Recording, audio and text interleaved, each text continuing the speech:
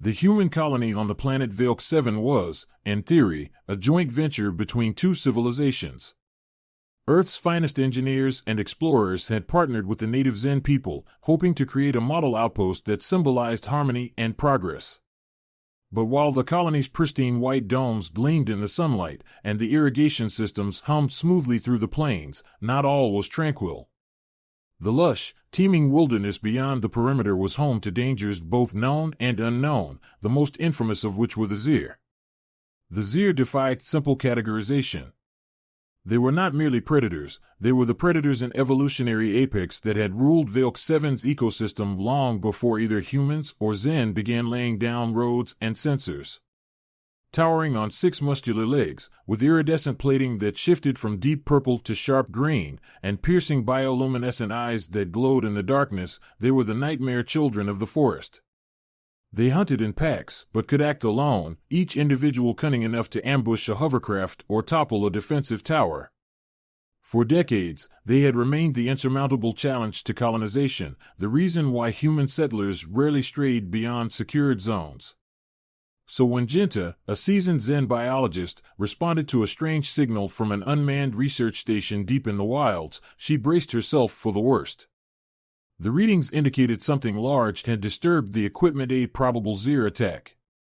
By the time she reached the site, she'd run every scenario through her mind: a disabled sensor array, a mangled patrol drone, a pile of bones left in the wake of a hunting frenzy.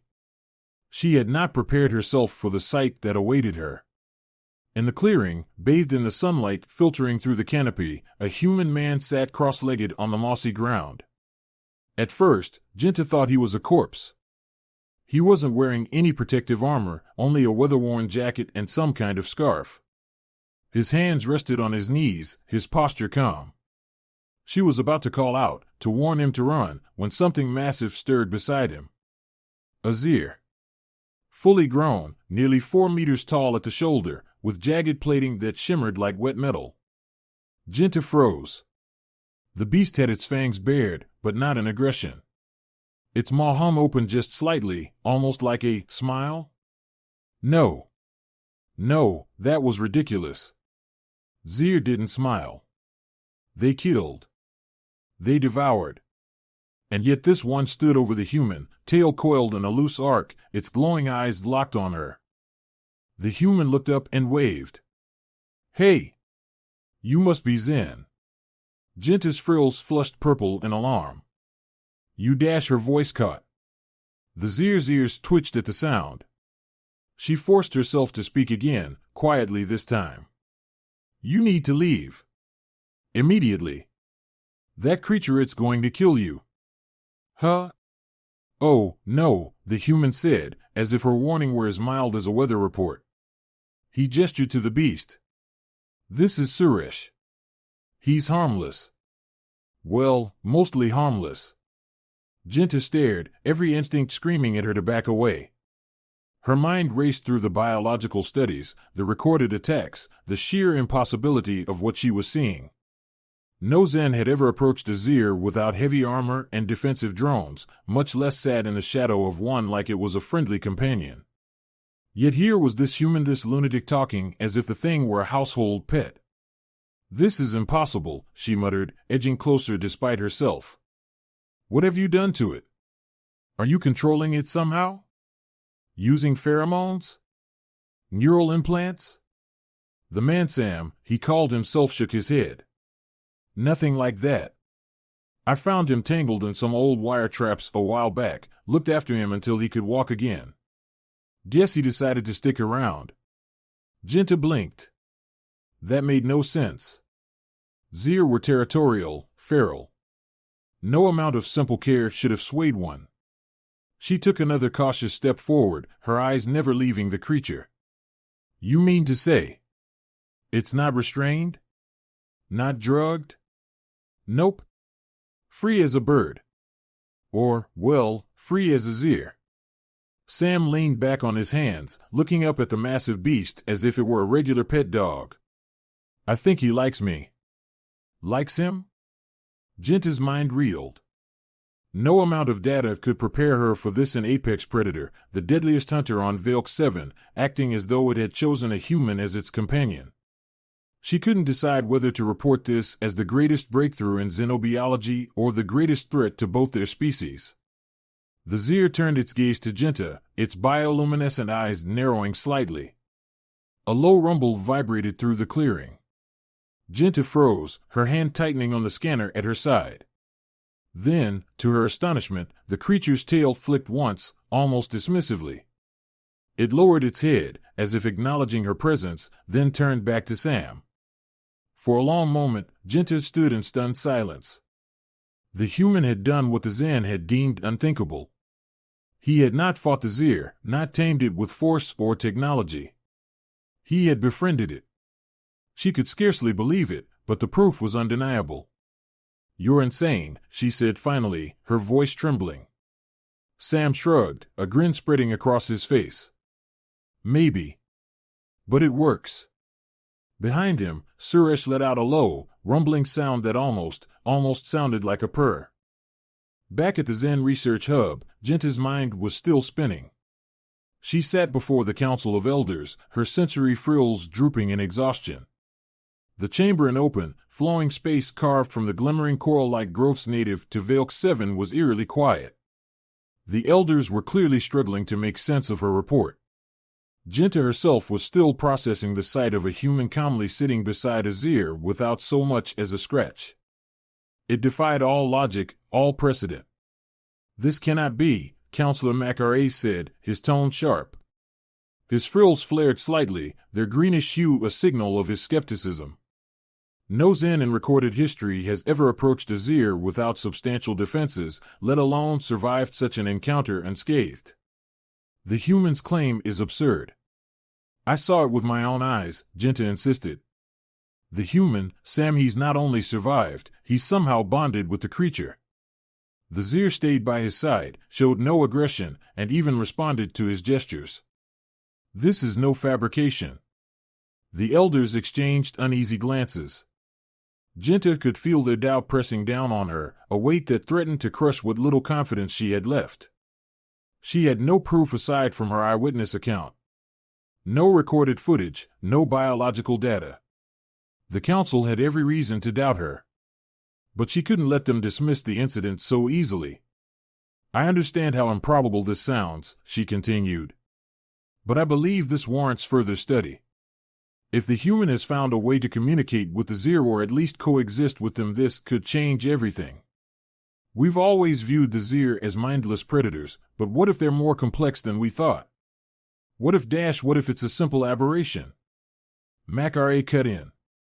"One unusual Zir does not rewrite centuries of observation. The human likely stumbled upon an injured or otherwise impaired specimen. This is not a breakthrough, Jinta. It is an anomaly."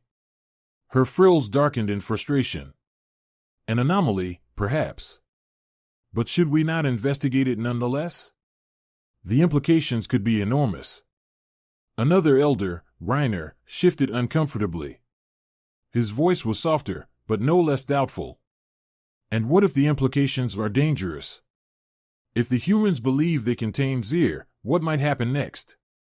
They may grow overconfident. They may provoke the creatures in ways we cannot control."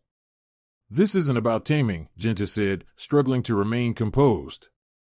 "It's about understanding. We've never tried to engage with the Zir in this way. Maybe this human stumbled into something we've overlooked, a method, a behavior, a signal. We won't know unless we examine it." Macare leaned forward, his tone turning icy. "And what of the risk? If this human's so-called bond with the Zir falters, the creature could turn on him. Or worse, it could bring others to the colony, endangering all of us."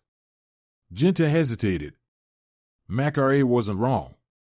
The Zir were still wild, still unpredictable. A single misstep could indeed lead to disaster. But the scientist in her couldn't let the opportunity slip away. If there was even a chance that this bond was real, that it could be replicated or studied, it might transform their understanding of Velk 7's ecosystem and their place within it. "Let me observe him," she said finally. "I'll gather data, keep a close watch. If it's a fluke, we'll know soon enough. But if there's something more, something we've never seen before. She trailed off, letting the possibilities hang in the air. The council deliberated for several tense moments. Finally, Mac-Ra exhaled through his spiracles. You may investigate, he said reluctantly. But you will do so cautiously, and you will keep the humans' activities contained. If this goes wrong, Genta, it will be on your shoulders. Genta nodded, though her frills betrayed her unease. Understood. Returning to the forest clearing, she found Sam exactly where she'd left him. Suresh, the massive Zir, was sitting now, its tail coiled neatly beside it like some oversized feline. It even seemed relaxed. Genta still couldn't believe her eyes. She activated her recording devices and approached slowly. So, you're back, Sam said, grinning. Guess I didn't scare you off. Hardly, Genta muttered, keeping her distance. But I'm here to steady you, not because I trust you. Fair enough, he replied. What do you want to know? Everything, Genta thought. But she started with the basics. How did this happen? What did you do to the Zir to make it behave this way? Sam shrugged. Didn't do much, really. Found him caught in some old traps left behind by, well, whoever was here before us. I freed him, patched him up best I could, and stuck around to make sure he was okay. Then I guess he decided I was okay too. Genta's frills twitched in skepticism. That's it? No pheromone treatments? No advanced technology? Just kindness? Pretty much. I mean, I also talked to him a lot. Sam turned to Suresh and waved a hand. Suresh, sit. The Zir was already sitting, but it lowered its head slightly, as if acknowledging the command. Good boy. Genta's jaw gaped. You've trained it. Not trained, exactly. More like we've come to an understanding. Sam smiled, that infuriatingly simple smile. Suresh isn't just a monster, you know. He's smart. Probably smarter than we think. I just treated him like, well, a person. Respect goes a long way. Respect. Genta couldn't decide whether to laugh or cry. The Zen had spent generations avoiding the Zir, viewing them as soulless killers. And here was this human, waltzing in and showing respect as though that were all it took. It was absurd. It was insulting. And yet, it was working. She observed for hours, taking notes as Sam interacted with Suresh. The Zir responded not just to commands, but to subtle cues, tone of voice, posture, even Sam's mood. It wasn't mindless. It was aware, responsive, even. Social? Genta didn't know what to make of it. By the end of the day, she had more questions than answers. What she'd seen defied everything she thought she knew about the Zir. But one thing was certain, Sam's bond with Suresh was no simple fluke. There was something deeper at play, something worth understanding. As Genta packed up her equipment and turned to leave, she couldn't resist asking, why did you call him Suresh, anyway? Sam grinned. Seemed like a good name for a big guy like him. Rolls off the tongue, don't you think? Genta shook her head, exasperated. Humans, she muttered, and made her way back to the research hub. News of the humans' strange relationship with the Zir spread through the Zen and human settlements like wildfire. At first, it was dismissed as a ridiculous rumor, a settler befriending the apex predator of Vilk 7? Preposterous. But as more witnesses came forward, Zen and humans alike, curiosity turned to cautious interest and then to heated debate. On the Zen side, elders and scientists were sharply divided. Genta's research logs, combined with first-hand accounts, suggested that the Zir's behavior might be more complex than previously thought. A small but growing faction of younger biologists and ecologists began to wonder if the Zir weren't mindless killers, but rather a highly intelligent species with its own form of social structure. These researchers urged further observation, proposing that Sam's interaction with Suresh might open doors to unprecedented cross-species understanding. The more conservative faction, led by Counselor Mac-Ra, saw it differently. To them, the Zir had always been a threat and unchangeable, unrelenting force of nature. Attempting to communicate with such creatures was dangerous and foolish. Mac-Ra frequently reminded the Council of past tragedies, entire settlements wiped out, research expeditions that ended in gruesome fatalities. Anecdotal evidence of one anomaly does not erase centuries of consistent behavior, he declared. The Zir are not our allies. They are predators. This human's antics risk undermining our careful balance. Jinta stood in the middle of these arguments, both professionally and emotionally. On one hand, she couldn't ignore the data she'd collected. Every time she observed Sam and Suresh, she noted clear patterns of communication. Suresh seemed to understand certain verbal cues, body language, even the tone of Sam's voice. And more importantly, Suresh wasn't just tolerating the human, he seemed to actively enjoy his company. There was no hint of coercion, no sign of underlying aggression. It was a relationship. A friendship. If that were truly the case, it would revolutionize their understanding of Velk 7's apex predator. But on the other hand, Jinta knew the risks. If other settlers began trying to replicate what Sam had done, the results could be catastrophic. What worked for one Zir might not work for others. And if a single human or Zen pushed a Zir too far, it could retaliate with devastating consequences. This wasn't just about biology, it was about the fragile diplomacy between the two colonies. If the humans made a mistake and provoked a Zir attack, the Zen would demand justice. If the Zen refused to accept new research, the humans might see them as short-sighted or obstinate. Tensions were already running high, and the situation with Sam and Suresh could easily be the tipping point. Meanwhile, among the human settlers, reactions were just as polarized.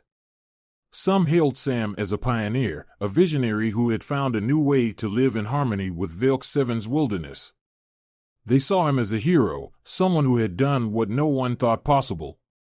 Others, especially the security teams and colony leaders, saw him as a dangerous maverick. They worried that his actions might embolden others to take reckless risks. If colonists started approaching Zir without proper precautions, it could lead to injuries, deaths, and a breakdown of the colony's careful protocols. Sam, for his part, remained largely oblivious to the political storm brewing around him. When Jinta confronted him about the growing tensions, he simply shrugged. People just need to see that the Zir aren't monsters, he said.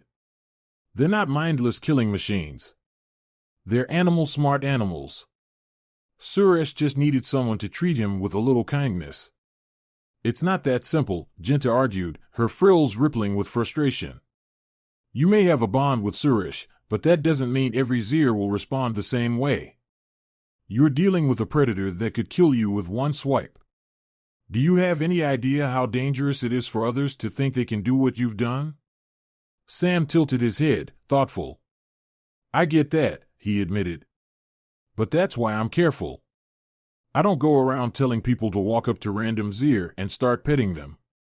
I'm just trying to show that they're not evil. That there's a way to coexist. Jinta sighed, running her hands over the glowing, textured surface of her data pad. You're not showing coexistence, she said wearily. You're creating expectations. The more people see what you've done, the more they'll try to copy it. And when something goes wrong because it will go wrong, the fallout will be catastrophic. But Sam remained steadfast. Then let me help. I'll teach people how to approach it carefully, how to respect the Zir's space. If we do this the right way, dash. There is no right way, Jinta snapped. Not yet. We don't understand enough. You don't understand enough. And the council. They're already talking about restricting access to the forests, even pulling back our research stations. Sam's easygoing demeanor darkened for the first time. So what, you just want to give up? Leave the Zir out there as some big, scary unknown? No, Jinta replied, her voice quiet but firm. I want to understand them. But it has to be done carefully, with control. Not like. Whatever it is you're doing. Their argument ended in uneasy silence. Jinta left the clearing feeling more conflicted than ever. On the surface, Sam's bond with Suresh was extraordinary, even beautiful. But the larger implications, the ripple effects through both colonies, were daunting. It was no longer just a matter of science, it was a matter of politics, diplomacy, and the fragile trust between two very different species. It wasn't long before the delicate balance between curiosity and caution tipped into chaos. A new Zirpack was spotted on the outskirts of the settlement, larger than any previously recorded, their bioluminescent eyes flickering like distant, menacing beacons. They were drawn by the scent of livestock, the tempting prospect of easy prey. Panic rippled through the human colony, and calls for immediate action echoed through the Zen Council chambers. The debate was swift and heated. The council elders, led by the ever-skeptical Mac-Ra, advocated for aggressive deterrence, sound cannons, shock barriers, anything to drive the pack away before they breached the settlement's perimeter. On the other hand, Jinta and a handful of progressive researchers urged caution. Jinta had spent weeks observing Sam's interactions with Suresh, documenting behaviors that defied long-held assumptions about the Zir's nature. She couldn't shake the belief that there might be a way to communicate, to de-escalate the situation without violence. But she also knew the stakes were high. The Zirpack wasn't just a curious anomaly, it was a potential disaster. If even one member of the pack attacked, the resulting bloodshed would shatter what little trust remained between humans and Zen. The alliance, fragile as it was, might not survive another crisis. Amid the growing unrest, it was Sam who stepped forward, startling everyone. "Let me try to talk to them," he said. The room fell silent. Jinta's frills turned a deep, alarmed purple. "You're joking." "I'm not," Sam replied. "Look, I know it sounds crazy, but I've been with Suresh long enough to know he's not just some dumb predator. He's smarter than anyone gives him credit for. I think the others might be, too." Mac-Ra's voice was sharp and derisive. "This human thinks he can simply walk up to a pack of apex predators and ask them to leave. I suppose he'll offer them tea as well?" "More like a conversation," Sam shot back. "Not every Zir will respond the same way, I get that. But we won't know if we don't try." "This is madness," Mac-Ra growled. "You would risk the lives of everyone in this settlement on a fool's gamble?" Jinta stepped forward, her frills fluttering in agitation. "It's not a gamble," she said. "Sam has proven that these creatures can form bonds, that they can recognize and respond to individuals.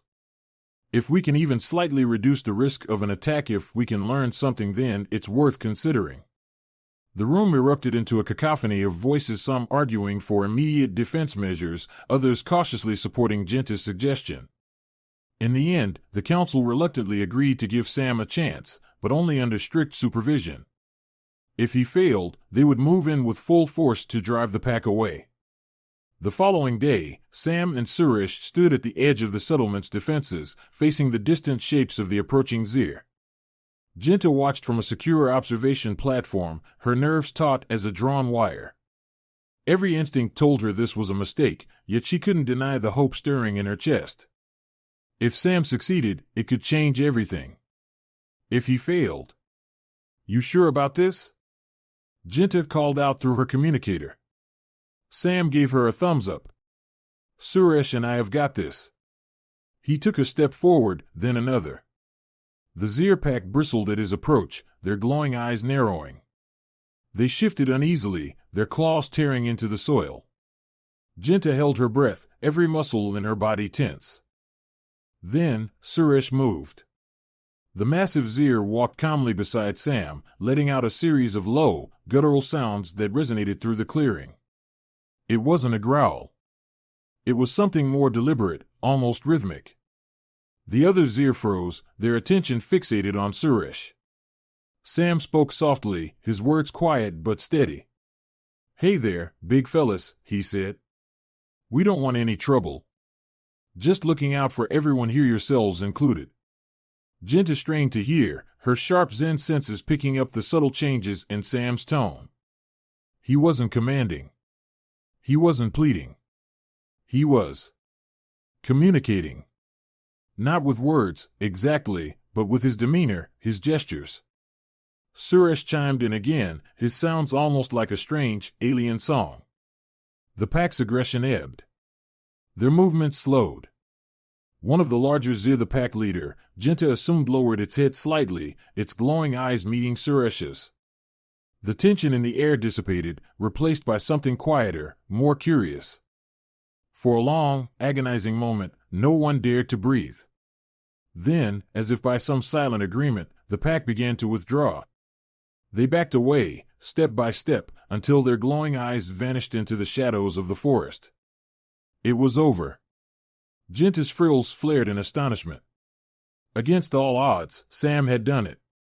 He'd approached the unapproachable, calmed the uncalmable. The pack was gone, and not a single shot had been fired. The aftermath was a whirlwind of discussion, disbelief, and grudging admiration. The Zen Council had little choice but to acknowledge what they'd witnessed. While Mac-Ra continued to voice his skepticism, others began to entertain the possibility that their understanding of the Zir was incomplete. Perhaps these creatures weren't the unrelenting predators they had always assumed them to be. Perhaps they were something more, something that could be reasoned with. For Jinta, the experience marked a turning point. She found herself working more closely with Sam, documenting every nuance of his interactions with Suresh and the other Zir. Her findings challenged long-held Zen beliefs, but they also offered a new path forward, one that relied not on fear and avoidance, but on curiosity and respect. Sam's cheerful demeanor remained as infuriatingly optimistic as ever.